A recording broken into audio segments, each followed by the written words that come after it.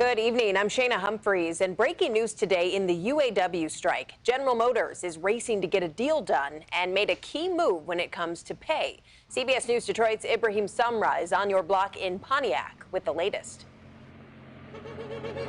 Well, Shayna, as day 43 of the strike comes to an end, a new beginning may be in sight for GM workers. We're learning this evening that GM and the union have come to an agreement on a pay increase of up to 25% over the next 4 years, ideally matching the deal Ford made with the union last night. And again, a tentative agreement is still not in place for the union workers and Ford. However, half a dozen of folks that remain out here on the picket lines are all optimistic, especially with this news as it comes in. Now, we're also being told again that that tentative agreement is currently being negotiated and being constructed between the UAW and GM. Now, this all comes after negotiations began overnight around 5 a.m. this morning. Then in the afternoon, officials on both sides returned to the table, agreeing on a pay increase. Now, when we asked those on the picket line if they're disappointed it took this long, here's what one of them had to say.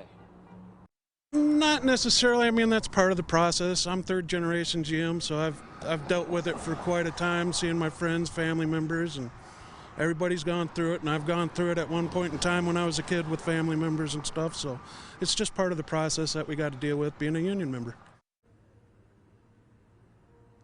And Shayna, now this is a big, I think a lot of people were waiting on the first domino to fall. And when Ford made that agreement last night, it kind of expedited negotiations, especially with GM, and I'm sure Stellantis is right behind them. But of course, a lot of people here encouraged by this sign that they not only are going to get a pay increase, hopefully when a tentative agreement comes into fruition and puts pen to paper, but of course, this is just a sign that the strike may be coming to a close, at least for GM workers, and that people on strike here may be returning back to work very soon. But for now, we'll monitor the situation here in Pontiac. I'm Ibrahim Samra, CBS News, Detroit.